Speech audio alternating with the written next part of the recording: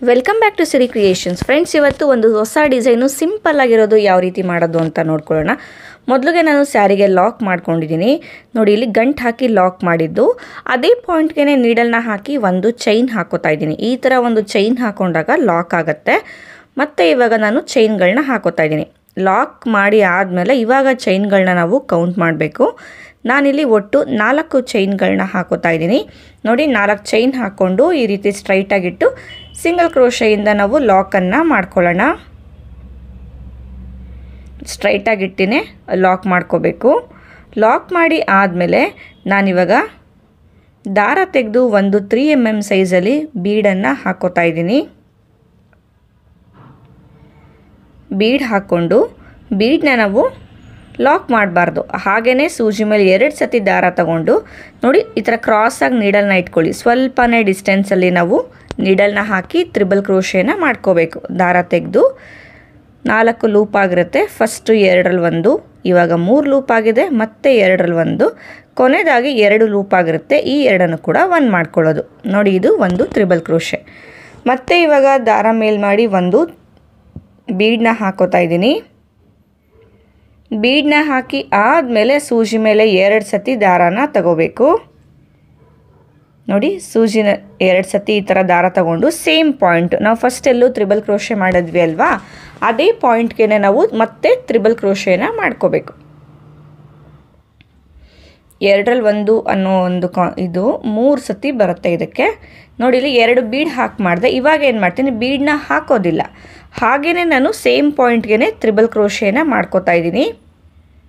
2ರಲ್ಲಿ 1 ಮತ್ತು 2ರಲ್ಲಿ 1, ಕೊನೆಯಲ್ಲಿ ಈ 2ಅನ್ನು ಕೂಡ 1 ಮಾಡೋದು. ಮತ್ತು ಇವಾಗ 3 ಚೈನ್ ಹಾಕ್ಕೊಳ್ಳಿ.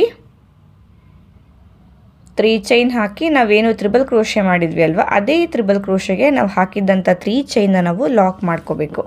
ಫ್ರೆಂಡ್ಸ್, ಮೆಟೀರಿಯಲ್ಸ್ ಏನಪ್ಪ ನೀವು ಪರ್ಚೇಸ್ ಮಾಡಬೇಕು ಅಂತ ಅಂದರೆ ಡೀಟೇಲ್ಸ್ ನಾನು ಡಿಸ್ಕ್ರಿಪ್ಷನ್ ಬಾಕ್ಸಲ್ಲಿ ಕೊಟ್ಟಿರ್ತೀನಿ. ಕವಿತಾ ಎಂಟರ್ಪ್ರೈಸಸ್ ಅವ್ರದ್ದು ಒಂದು ಸತಿ ನೀವು ಚೆಕ್ ಮಾಡ್ಬೋದು. ಮತ್ತು ಬೀಡ್ ಹಾಕೋದಿಲ್ಲ, ಹಾಗೆಯೇ ಸೇಮ್ ಪಾಯಿಂಟ್ಗೆ ತ್ರಿಬಲ್ ಕ್ರೋಶೆನ ಮಾಡ್ಕೋತಾ ಇದ್ದೀನಿ. 2ರಲ್ಲಿ 1, 2ರಲ್ಲಿ 1, 2ರಲ್ಲಿ 1. ಇವಾಗ ಮತ್ತೆ 3 ಚೈನ್ ಹಾಕ್ಕೊಳ್ಳಿ. 3 ಚೈನ್ ಹಾಕ್ಕೊಂಡು ನಾವೇನು ತ್ರಿಬಲ್ ಕ್ರೋಶೆ ಮಾಡಿದ್ವಿ ಅಲ್ವಾ, ಇಲ್ಲಿ ಅದೇ ತ್ರಿಬಲ್ ಕ್ರೋಶೆಗೆ ಆ 3 ಚೈನ್ ಹಾಕಿದ್ವಲ್ಲ ಅದನ್ನು ನಾವು ಲಾಕನ್ನು ಮಾಡ್ಕೊಳ್ಳೋಣ. ಮತ್ತು ಇವಾಗ ತ್ರಿಬಲ್ ಕ್ರೋಶೆ 2 ಬೀಡ್ ಹಾಕಿ ತ್ರಿಬಲ್ ಕ್ರೋಶೆ ಮಾಡಿದ್ವಿ. ಇವಾಗ ಬೀಡ್ ಹಾಕ್ತಿಲ್ಲ, ಹಾಗೆ ತ್ರಿಬಲ್ ಕ್ರೋಶೆ ಮಾಡಿಕೊಂಡು ನಾವು ಪಿಕಾಟ್ ಸ್ಟಿಚ್ನ ಮಾಡ್ತಾ ಇರೋದು ನೋಡಿ. ಈ ರೀತಿ ಬರುತ್ತೆ. ಇವು ತ್ರಿಬಲ್ ಕ್ರೋಶೆ ಆದಮೇಲೆ ನಾನು ಮತ್ತೆ 3 ಚೈನ್ ಹಾಕ್ಕೊಂಡು ಅದೇ ತ್ರಿಬಲ್ ಕ್ರೋಶೆಗೆ ನಾನು ಲಾಕನ್ನು ಮಾಡ್ಕೋತೀನಿ ನೋಡಿ. ಅದೇ ತ್ರಿಬಲ್ ಕ್ರೋಶೆಗೆ ಲಾಕ್ ಮಾಡ್ಕೋತಾ ಇದ್ದೀನಿ. ಸೊ 3 ತ್ರಿಬಲ್ ಕ್ರೋಶೆ ಮಾಡಿ ಪಿಕೌಟ್ ಮಾಡಿ ಆಯಿತು.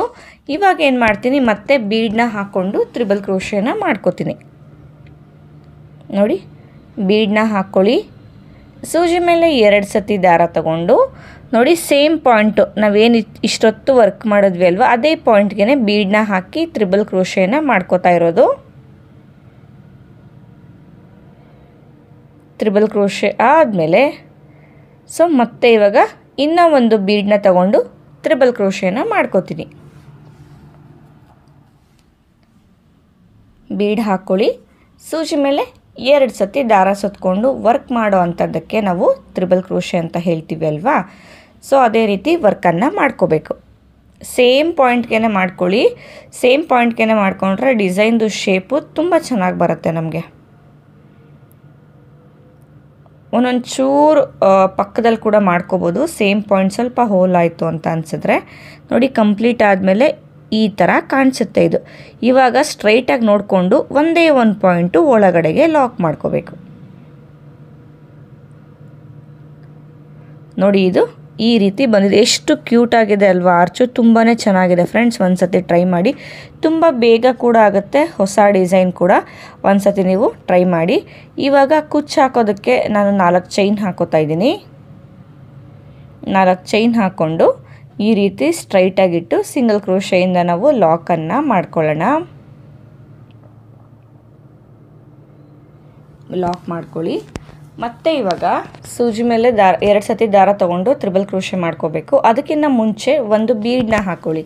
ಸೊ ಇಲ್ಲಿ ನಾನು 3 mm ಅಲ್ಲಿ ಬೀಡನ್ನ ತಗೊತಾ ಇರೋದು. ಬೀಡನ್ನ ಹಾಕ್ಕೊಂಡು ಸೂಜಿ ಮೇಲೆ 2 ಸತಿ ದಾರ ಸುತ್ತಕೊಂಡು ಸ್ವಲ್ಪನೇ ಡಿಸ್ಟೆನ್ಸ್, ಇಲ್ಲ ಅಂದರೆ ಈ ರೀತಿ ನೀಡಲ್ನ ಕ್ರಾಸ್ ಆಗಿ ಇಟ್ಕೊಂಡು ನಾವು ತ್ರಿಬಲ್ ಕ್ರೋಶೆನ ಮಾಡೋ ಅಂಥದ್ದು.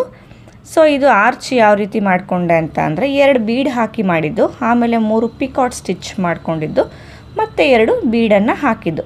ಇದೇ ಥರ ಆರ್ಚನ್ನು ನಾವು ಮಾಡ್ಕೊಳ್ಳೋ ಅಂಥದ್ದು. ನೋಡಿ, 1 ಬೀಡ್ ಹಾಕಿ ನಾನು ತ್ರಿಬಲ್ ಕ್ರೋಶೆ ಮಾಡಿಕೊಂಡೆ. ಇವಾಗ ಇನ್ನೊಂದು ಬೀಡ್ ಹಾಕಿ ತ್ರಿಬಲ್ ಕ್ರೋಶೆನ ಮಾಡ್ಕೋತೀನಿ. ಸೊ ಇದು ಡಿಸೈನ್ ಯಾವ ರೀತಿ ಬರುತ್ತೆ ಅಂದರೆ ಬೀಡ್ನ ಅಂದರೆ ಡಿಸೈನ್ದು ಆರ್ಚ್ನ ಎಂಡಲ್ಲಿ 2 ಬೀಡ್ ಬರುತ್ತೆ, ಸ್ಟಾರ್ಟಿಂಗಲ್ಲಿ 2 ಬೀಡ್ ಬರುತ್ತೆ. ಈ ಕಡೆ 2 ಈ ಕಡೆ 2 ಬೀಡ್ ಹಾಕಿ ತ್ರಿಬಲ್ ಕ್ರೋಶೆ ಮಾಡೋ ಅಂಥದ್ದು. ಸೆಂಟ್ರಲ್ಲೂ ಕೂಡ ನಾವು ತ್ರಿಬಲ್ ಕ್ರೋಶೆ ಮಾಡ್ತೀವಿ. ಸೊ ಅಲ್ಲಿ ಬೀಡ್ ಹಾಕೋದಿಲ್ಲ, ಸೆಂಟ್ರಲ್ಲಿ ತ್ರಿಬಲ್ ಕ್ರೋಶೆ ಮಾಡ್ತೀವಿ. 3 ಚೈನ್ ಹಾಕಿ ಅದೇ ತ್ರಿಬಲ್ ಕ್ರೋಶೆಗೆ ನಾವು ಲಾಕನ್ನು ಮಾಡ್ತೀವಿ. ಆವಾಗ ಸ್ವಲ್ಪ ಕ್ಯೂಟಾಗಿ ತುಂಬಾ ಡಿಫ್ರೆಂಟಾಗಿ ಕಾಣಿಸೋವಂಥ ಡಿಸೈನ್ ರೆಡಿ ಆಗುತ್ತೆ ನಮಗೆ. ಸೊ ನೋಡ್ತಾ ಇರ್ಬೋದು ನೀವು, ನಾನು ಮಾಡ್ತಾ ಇರೋದನ್ನ ಕರೆಕ್ಟಾಗಿ ನೀವು ಅಬ್ಸರ್ವ್ ಮಾಡ್ತು ಅಂತ ಅಂದರೆ ನಿಮಗೆ ಗೊತ್ತಾಗತ್ತೆ ಡಿಸೈನ್ ಇದು. 3 ಚೈನ್ ಹಾಕ್ಕೊಂಡು ಅದೇ ಇದಕ್ಕೆ ತ್ರಿಬಲ್ ಕ್ರೋಶೆಗೆ ಲಾಕ್ ಮಾಡ್ಕೋಬೇಕು. ಬಟ್ ಇಲ್ಲಿ ಲಾಕ್ ಮಾಡಬೇಕಾದ್ರೆ ಲೂಸಾಗಿ ಲಾಕ್ ಮಾಡಬೇಡಿ. 3 ಚೈನ್ ನಾವೇನು ಲಾಕ್ ಮಾಡ್ತೀವಿ ಅಲ್ವಾ, ಅದನ್ನು ಲೂಸಾಗಿ ಎಳೆದು ಲಾಕ್ ಮಾಡೋಕ್ಕೆ ಹೋಗಬೇಡಿ. ಆದಷ್ಟು ಟೈಟಾಗಿ ಸ್ಟಿಫಾಗಿ ಲಾಕ್ ಮಾಡಿಕೊಂಡಾಗ ಕರೆಕ್ಟಾಗಿ ಪುಟಾಣಿ ಚಿಕ್ಕದಾಗಿ ಪಿಕೌಟ್ ಥರ ಮೇಲೆ ಕೂರುತ್ತೆ. ನೀವು ಎಳೆದು ಮಾಡಿದ್ರೆ ಸ್ವಲ್ಪ ಲೂಸ್ ಅನಿಸ್ಬಿಡುತ್ತೆ, ಅಷ್ಟು ಫಿನಿಶಿಂಗ್ ಚೆನ್ನಾಗಿರೋದಿಲ್ಲ.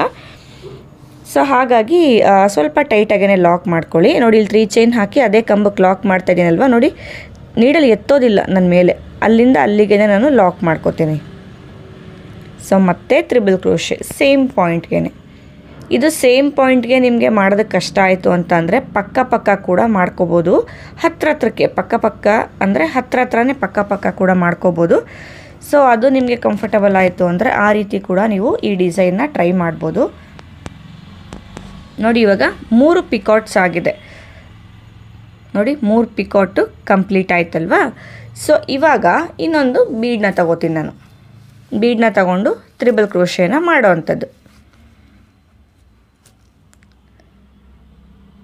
ಸೂಜಿ ಮೇಲೆ 2 ಸತಿ ದಾರ ತಗೊಳ್ಳಿ, ಸೇಮ್ ಪಾಯಿಂಟ್ಗೆ. ಇಲ್ಲ ಅಂದರೆ ಸ್ವಲ್ಪ ಈ ರೀತಿ ಪಕ್ಕದಲ್ಲಿ, ಸೇಮ್ ಪಾಯಿಂಟ್ಗಾಗಲಿಲ್ಲ ಅಂದರೆ ಪಕ್ಕದಲ್ಲೇ ಬರಬೇಕು.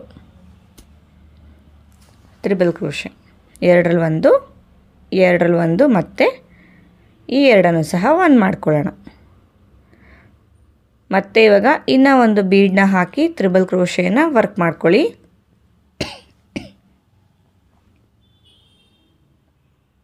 ಸೊ 3 mm ಸೈಜ್ ಬೀಡು ಕರೆಕ್ಟಾಗಿ ಸೆಟ್ ಆಗುತ್ತೆ ಇದಕ್ಕೆ. ನೀವು ಇದಕ್ಕಿಂತ ದೊಡ್ಡ ಬೀಡನ್ನ ತೊಗೊಂಡ್ರೆ ಅಷ್ಟು ಚೆನ್ನಾಗಿ ಕಾಣಿಸೋದಿಲ್ಲ. ಚಿಕ್ಕ ಬೀಡಂತೂ ಕಾಣಿಸೋದೇ ಇಲ್ಲ. ಈ ಸೈಜ್ ಬೀಡು ತುಂಬ ಚೆನ್ನಾಗಿ ಮ್ಯಾಚ್ ಆಗುತ್ತೆ. ಆದಷ್ಟು ಈ ಸೈಜ್ ಬೀಡನ್ನೇ ತೊಗೊಳೋದಕ್ಕೆ ಟ್ರೈ ಮಾಡಿ.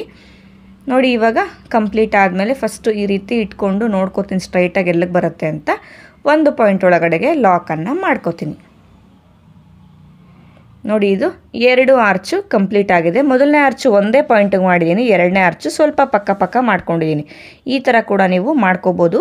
2 ಆರ್ಚ್ನ ಮಧ್ಯ ನಾವೇನು 4 ಚೈನ್ ಹಾಕಿದ್ದೀವಿ ಅಲ್ವಾ, ಸೊ ಆ ಒಂದು 4 ಚೈನ್ನ ಗ್ಯಾಪ್ಗೆ ಕುಚ್ಚೆಲ್ಲ ಹಾಕ್ಕೊಳ್ಳೋ ಅಂಥದ್ದು ನಾವು. ಸೊ ಇಲ್ಲಿ 4 ಚೈನೇ ಹಾಕ್ಕೊಳ್ಳಿ, ಜಾಸ್ತಿ ಹಾಕ್ಕೊಳ್ಳೋದಕ್ಕೆ ಹೋಗಬೇಡಿ. ಕುಚ್ಚೆಲ್ಲ ಹಾಕಿ ಡಿಸೈನ್ ಯಾವ ರೀತಿ ಕಾಣಿಸುತ್ತೆ ಅಂತ ಹೇಳಿ ನಾನು ಈ ಡಿಸೈನ್ಗೆ ತೋರಿಸ್ತೀನಿ. ಸೊ ನೋಡಿ, ಇಲ್ಲಿ 4 ಚೈನ್ ಗ್ಯಾಪ್ಗೆ ನಾವು ಕುಚ್ಚನ್ನು ಹಾಕ್ಕೊಳ್ಳೋದು. ಫ್ರೆಂಡ್ಸ್, ಏನು ನೀವು ನೋಡ್ತಾ ಇದ್ದೀರಾ, ಡಿಸೈನ್ ಕಂಪ್ಲೀಟ್ ಆಗಿದೆ, ಕುಚ್ಚು ಕೂಡ ಕಟ್ಟಿ ಆಗಿದೆ. ಇಲ್ಲಿ ಕುಚ್ಚನ್ನ ಕಟ್ಟೋದಕ್ಕೆ ನಾನು ಬರೀ 127 ದಾರ ತಗೊಂಡು ಡಬಲ್ ಮಾಡ್ಕೊಂಡಿದ್ದೀನಿ. ಕುಚ್ಚು ಅಷ್ಟೇ ಪುಟಾಣಿ ಬೇಬಿ ಕುಚ್ಚು ಥರ ಕಟ್ಟಿರೋ ಅಂಥದ್ದು. ಸೊ ಫ್ರೆಂಡ್ಸ್, ಇವತ್ತಿನ ಡಿಸೈನ್ದು ಫೈನಲ್ ಲುಕ್ ಇದು. ಈ ಡಿಸೈನ್ಗೆ ನಾವು ಚಾರ್ಜ್ ಮಾಡ್ಬೋದು ಅಂತ ಅಂದರೆ 400ಇಂದ 450ವರೆಗೂ ಈ ಡಿಸೈನ್ಗೆ ನಾವು ಚಾರ್ಜ್ ಮಾಡ್ಬೋದು. ಇನ್ನು ಜಾಸ್ತಿ ತಗೊಳ್ಳೋರು ಕೂಡ ತಗೋತಾರೆ ಈ ಡಿಸೈನ್ಗೆ. ಸೊ ಫ್ರೆಂಡ್ಸ್, ಇವತ್ತಿನ ಡಿಸೈನ್ದು ಫೈನಲ್ ಲುಕ್ಕು ನಿಮ್ಮೆಲ್ಲರಿಗೂ ಇಷ್ಟ ಆಗಿದೆ ಅಂತ ತಿಳ್ಕೊತೀನಿ. ಇಷ್ಟ ಆದರೆ ವಿಡಿಯೋನ ಲೈಕ್ ಮಾಡೋದನ್ನು ಮರಿಬೇಡಿ. ಹಾಗೆ ಹೊಸದಾಗಿ ಯಾರಾದರೂ ನೋಡ್ತಾರೆ ಸಬ್ಸ್ಕ್ರೈಬ್ ಮಾಡೋದು ಕೂಡ ಮರಿಬೇಡಿ. ಸೊ ಮತ್ತೆ ಸಿಗ್ತೀನಿ ನೆಕ್ಸ್ಟು ಇನ್ನೊಂದು ಇಂಟ್ರೆಸ್ಟಿಂಗ್ ವಿಡಿಯೋ ಜೊತೆ. ಸೊ ಡಿಸೈನ್ ಇಷ್ಟ ಆಯಿತು ಅಲ್ವಾ?